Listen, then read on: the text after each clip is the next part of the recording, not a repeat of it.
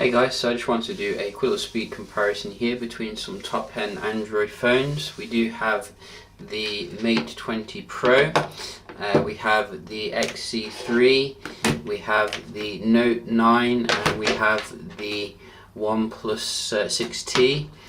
Probably the most notable Android handsets at the end of 2018. So let's just see how they do compare. We're going to put the Kirin 980 to the test here against some Snapdragon 845 devices and the Exynos obviously in the Note 9. Obviously we are on the verge of some new phones with new technology, but I've been hearing some things about the Kirin, that it's very next gen, and that could be something good there, given the phone is pretty new. So all of them have roughly the same kind of, I think, display technology now, OLED. You can see Note 9 beating everyone here, a little bit faster than the XC3, and then we did have the Mate 20 Pro, and then finally OnePlus 6T, which is quite surprising given that the 6T is like probably the most thin skin kind of software here. I think Sony and OnePlus 6T is the closest to stock, whereas the Note 9 and the Mate 20 Pro seem to have more going on in terms of the software here. But nevertheless, let's just have a look at the speed then. So we're going to measure the processing performance first, so we can see. Let's just turn them up to the max. So yeah, as I was saying, all of them have the OLED technology now, which looks absolutely fantastic. Can't really see a huge difference, although I would say I think Sony's really nailed it this year for having the best overall quality, but it is very subjective. So we're just going to run through this nice and fast. I will speed up the video so as not to keep you waiting. So we are halfway through here, and I just wanted to give you like a picture here of what is happening, and I think you can see the Mate 20 Pro is slightly ahead overall, not as much as I was thinking, to be honest, but you can see it is ahead of the pack here. It is the first processor with a 7nm process, so nanometer, that is, very small architecture, Cortex A76, first dual NPU design, whatever that means. So lots of really nice technology here giving the edge, but I think you can see the Exynos Note 9 still doing amazing, you know, even though it's a little bit more outdated here.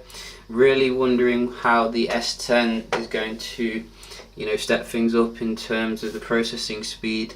Hopefully they'll also work on, you know, bringing things forward in terms of the camera, because I felt like the camera has been a bit stagnant since the P20 Pro. I haven't really seen too much new, but we are coming to the end here now. As you can see, it looks like the Mate 20 Pro is going to win. I think the Sony is a little bit behind here.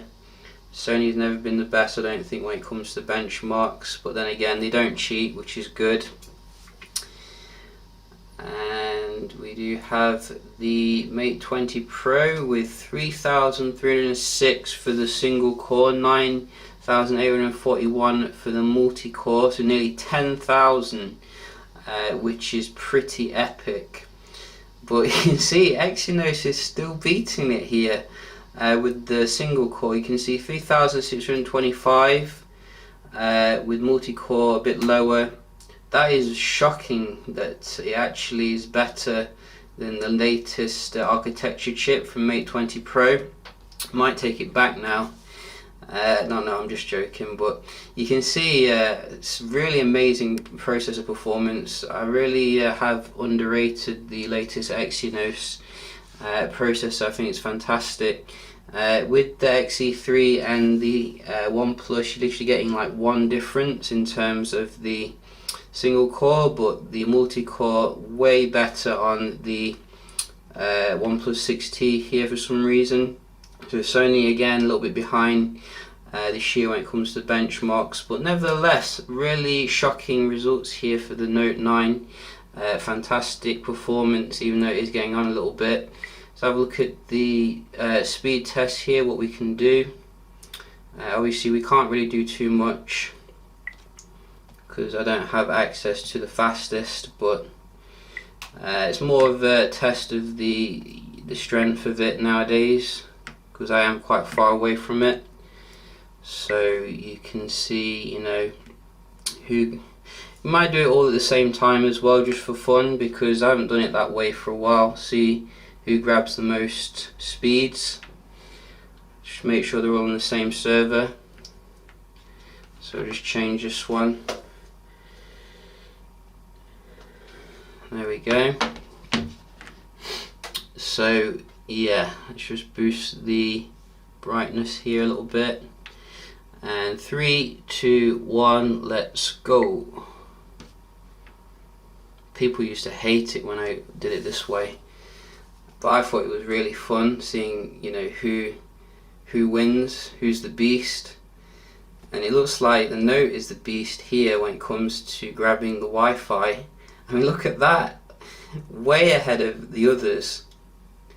So you can see, you know, Note 9 users here, very happy, I'm sure, pretty much beating the latest Androids in every way.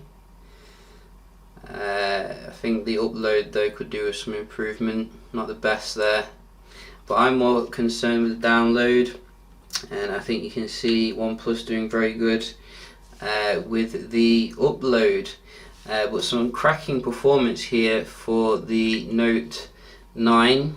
And still, you know, it is the only phone that gives you that S Pen you know, value add. I'm quite surprised that Huawei still hasn't found a way to implement that with their big screen kind of curved displays here. I thought they would have done something by now, but yeah, just a quick little comparison here between some of the nicest phones on the market in late 2018. Hope you found it helpful, and I'll see you in the next one.